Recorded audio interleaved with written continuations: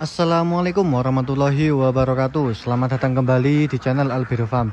Oke rekan-rekan, jadi pada video kali ini ya saya akan berbagi pengalaman saja ya, sharing terkait dengan kenapa ya bisnis peternakan bebek petelur itu ada yang untung, ada yang rugi. Nah, akan coba saya bahas ya pada video kali ini nanti, dan kenapa kok bisa rugi itu kenapa ya. Nah, akan coba saya bahas pada video kali ini. Jadi untuk rekan-rekan semua tetap jangan di skip video ini dan simak terus sampai habis ya, agar mampu paham terhadap apa yang saya sampaikan.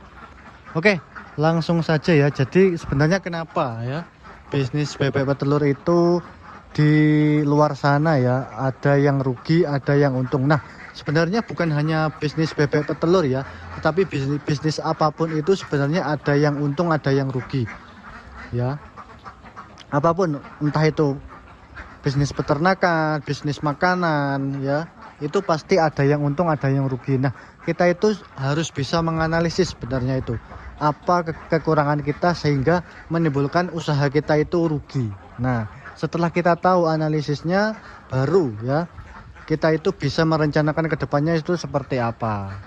Nah, khusus untuk bisnis bebek petelur ini sebenarnya bisnis yang sangat menjanjikan rekan-rekan, karena dengan beberapa ratus bebek saja itu sudah bisa mencukupi kebutuhan, dan keuntungannya itu lebih dari UMR. Nah ya, itu saya bilang seperti itu karena saya juga sudah mengalaminya ya rekan-rekan.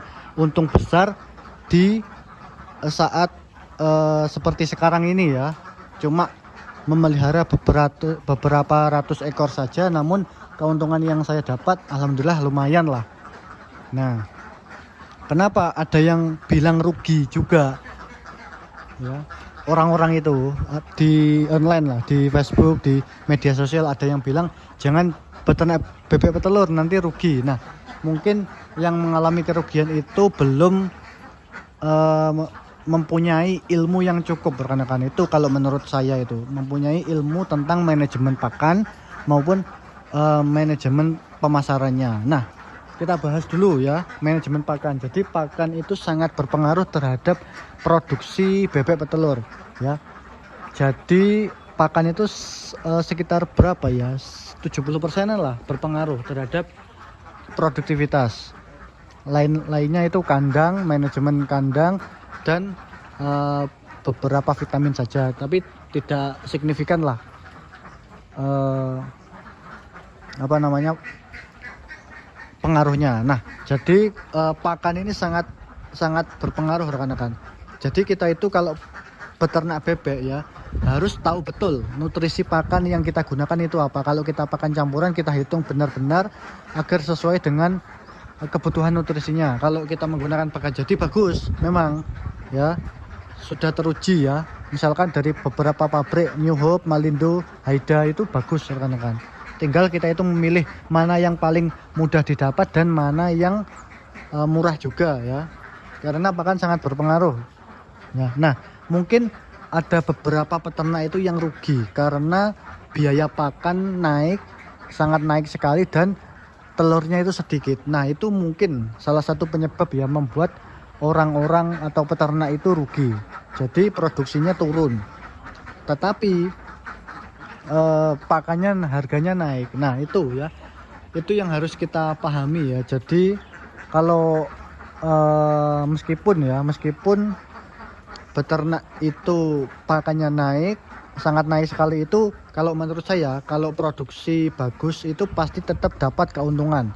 Ini pengalaman saya ya, sudah beberapa tahun itu beternak bebek, meskipun harga pakan sangat naik sekali ya selama saya beternak itu, kalau produksi bagus tetap hasilnya ada ya. Jadi bohong kalau tidak ada hasil sama sekali. Nah, jadi bagaimana kita itu bisa mencari solusi kalau telur itu turun, produksi telur turun. Standarnya untuk mencapai HPP itu kalau sekarang ya, kita ambil sekarang lah, itu sekitar 40 butir sampai 45 butir lah, itu sudah sesuai dengan HPP pakan. Nah itu ya, kalau harga pakan naik atau mahal itu paling apa ya, paling banyak lah itu HPP-nya sekitar 60 butir saja. Nah jadi kalau produksi telur kita itu lebih dari 60, misalkan 70, 80, 90% bahkan, pasti dapat keuntungan rekan-rekan.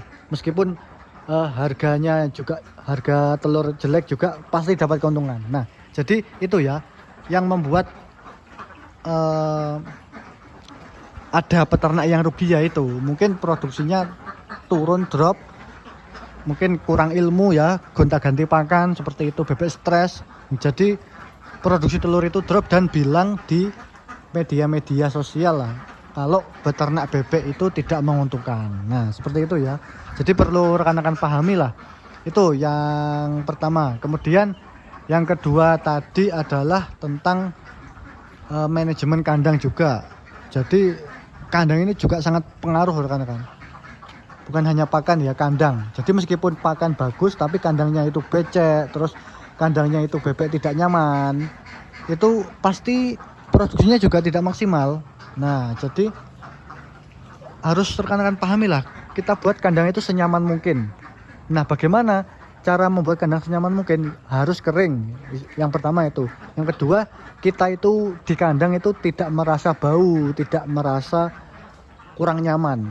Itu yang harus kita lakukan di kandang. Jadi kita itu harus berlama-lama di kandang ya, jangan cuma memberi makan, minum, ambil telur terus sudah. Nah itu yang kurang ya rekan-rekan. Kita harus memperhatikan kondisi bebek itu, kalau sakit bagaimana, kalau stres bagaimana ya.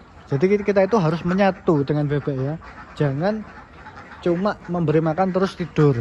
Nah kita lihat kondisi bebek itu, mana yang berproduksi, mana yang tidak. Kalau sudah tidak berproduksi baru kita afkir, manajemen keuangannya itu bagaimana agar mampu memutar kembali modal. Itu yang perlu kita dalami ilmunya sebenarnya rekan-rekan. Jadi itu ya pondasi utama untuk beternak itu ya, jadi pakan dan manajemen kandang, dan mengetahui ilmunya lah, istilahnya seperti itu ya.